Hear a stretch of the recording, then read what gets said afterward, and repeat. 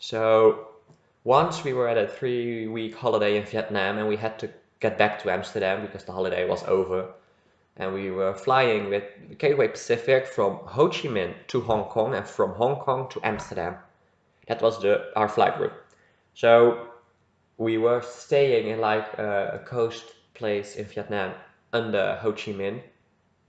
So we drove to Ho Chi Minh. It was like a 4-hour drive or something. It was stupid amounts of time in that bus. It was like a long journey, and in the bus ride to Ho Chi Minh, to Ho Chi Minh Airport, not to Ho Chi Minh. The airport is just besides Ho Chi Minh. We found out that our plane to Hong Kong had a delay of like an hour, and an hour is a lot. It's a lot of waiting. We had like 2 hours between our flight at Hong between our two flights. So an hour later is an hour shorter at Hong Kong, and Hong Kong is a huge airport. It's massive. So that would get us in a little bit of trouble, but we weren't worried at all. But at our second bus stop, because the driver has to go to the toilet, we had to go to the toilet, we need some food, we need some drinks. So the bus stops quite a lot on a long journey. We found out our plane had a 2-hour delay, which meant that we would miss our flight at Hong Kong Airport to Amsterdam. And that's a big problem, because the first flight at Hong Kong Airport to go to Europe was the next day, and it flew to London. So we were all pretty afraid that we might miss our plane. We are definitely gonna miss our plane. You know, that feeling like, oh, like you're gonna miss something. That's not very practical on a holiday, like a completely stress-free holiday, and then you get this. Yeah, just not cool. But oh, our guide at Vietnam, because we had a organized travel, which is pretty nice. It's really cool. You get a guide, you get a group where you're placed in, and if the group is nice and the guide is very good, we had a very good guide in Vietnam. It's all very pleasant. But our guide told us that the Gateway Pacific, the company we were flying with, had like an office in Ho Chi Minh. And he said that if we go there, we could discuss the delay that we had with our plane. So in the end, when we were entered Ho Chi Minh, we went to that office, and our parents, they talked a lot. I was 14 at the time, and I can still remember it. I'm now 17. I'm like old now, but that doesn't matter. The parents went in. They told that the delay, you're gonna miss a flight at Hong Kong, blah blah blah. You know the story. They got out. They told us that they would see what they can do for us. That they, if we would miss our flight, we could go on the first flight to Europe or even Amsterdam. Amsterdam was like 3 days later, so you had to stay in Hong Kong. You have to get a hotel, an airport hotel, and a temporary visum, because you otherwise cannot enter Hong Kong. And they would arrange that all for us, and they would get us on the soonest possible flight to Europe. And from there, from Europe, you can basically travel everywhere, because the first flight to Europe was London, and London is not that far from Amsterdam. There are loads of flights from London to Amsterdam, so that wasn't a problem. Our problem was getting in Europe. So from the headquarters, we went straight to the airport. The delay of the plane was now like 5 hours at the end. We had to wait 5 hours for our plane because we got on time at the airport. We were just on time at the airport, like the normal flight time. We were there 2 hours before that, as you usually do. And then our flight was 5 hour delay, which is a lot. 5 hours on an airport is a lot. There is not much to do, although they gave us a free meal because we flew in the evening to Hong Kong and in the night from Hong Kong to Amsterdam. So that was nice. Free meals are always nice. I had a meatball, but besides all that, free meal. So that's like an hour gone, and then you have to still 4 hours see the airport. Ho Chi Minh isn't a huge airport, so all the shops had like 2 hours later. We still had to fill up 2 hours of waiting for the plane. And eventually, the plane was there, and we flew to Hong Kong. On the flight from Ho Chi Minh to Hong Kong, we've got a meal, because it was a pretty, it's like a flight of 3-4 hours, and they gave us a meal in the plane. But they also gave us a meal before that on the airport. So I've already had my dinner, and then they gave us another dinner. So I didn't eat in the plane because I don't really like the food in airplanes. It's just not my sort of food. I'm more of a comfortable food. It has to taste nice, and in airplanes it just doesn't. At that altitude, that food is just not for me. But anyway, we arrive at Hong Kong, like in the thought that we missed a plane and we had to stay in Hong Kong or stay on the airport, and not really feeling great. But we get out the plane and we see there a little lady from Hong Kong airport with a sign that says Amsterdam. So, as you do, we went there because we had to go to Amsterdam. And she said that she needed our tickets, so we gave her our tickets, our flight tickets for the flight to Amsterdam. And she switched them round, so we got another one.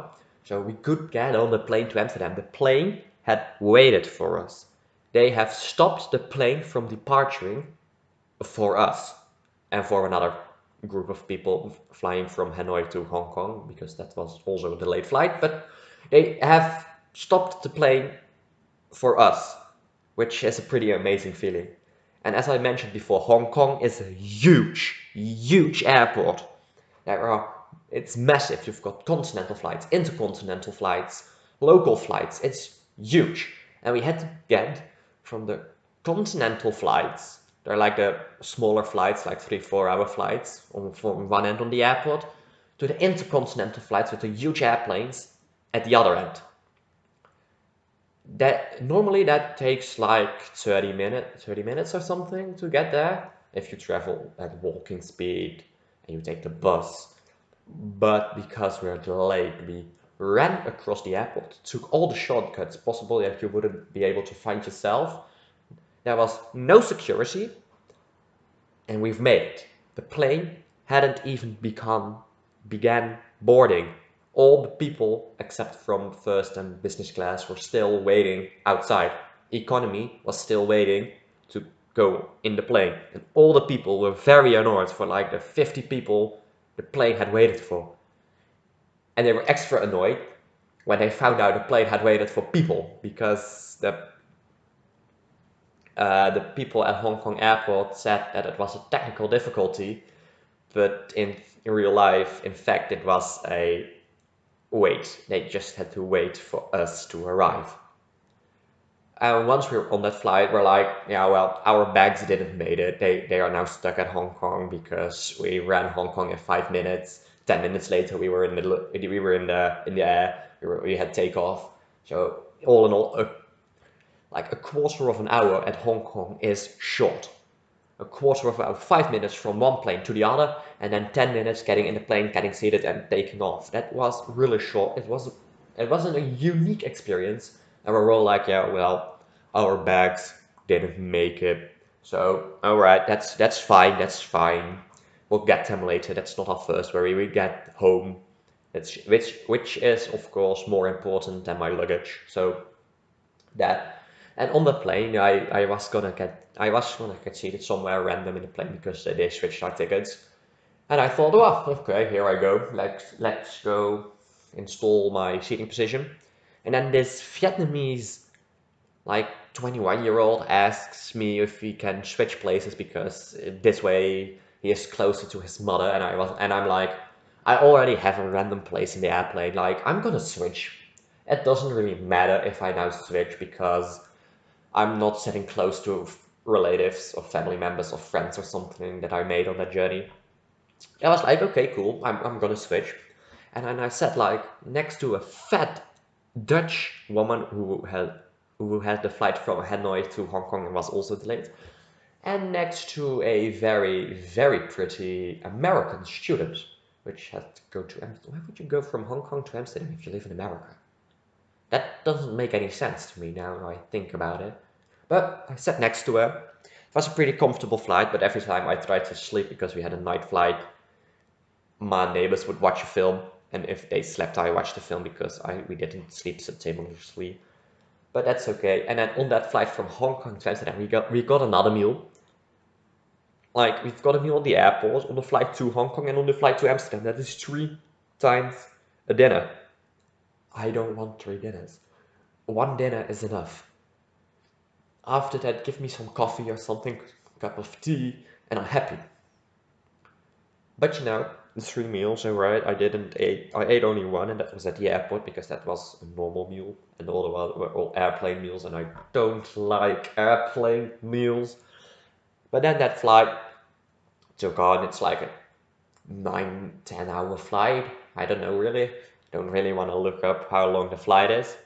It's like 10 hours. It's pretty long. It's one of the longest I've flown. It's good enough. But then, like halfway through, above like Azerbaijan and that area, Russia, Azerbaijan, Ukraine, there's somewhere in there about. The American student next to me, she sat next to the hallway, and then it was me, and then it was the fat Dutch woman next to the window. So it was hallway, three, I think it was, or it was 3-2-3. I don't really recall that, but at least there were three seating rows with two hallways, and the American student was sitting on the hallway. We're sitting on the left side of the plane if you look at it from the rear. So like the window, fat Dutch woman, me, American student, hallway seating, window, if you want to look at it that way. And the American student starts to give away chocolate to her friends because she was with a group of friends and she started giving chocolate away to them. Like, I'm gonna share my bag of chocolate I have. She had like some mini bars and it was, yeah, I saw them. And I saw her um, giving away chocolate and she saw me looking at her giving away chocolate, so she gave me one as well. So I've got chocolate from a random American student. Nailed that flight, I think. But yeah, I mean, that was like our story. And no, that was not my story.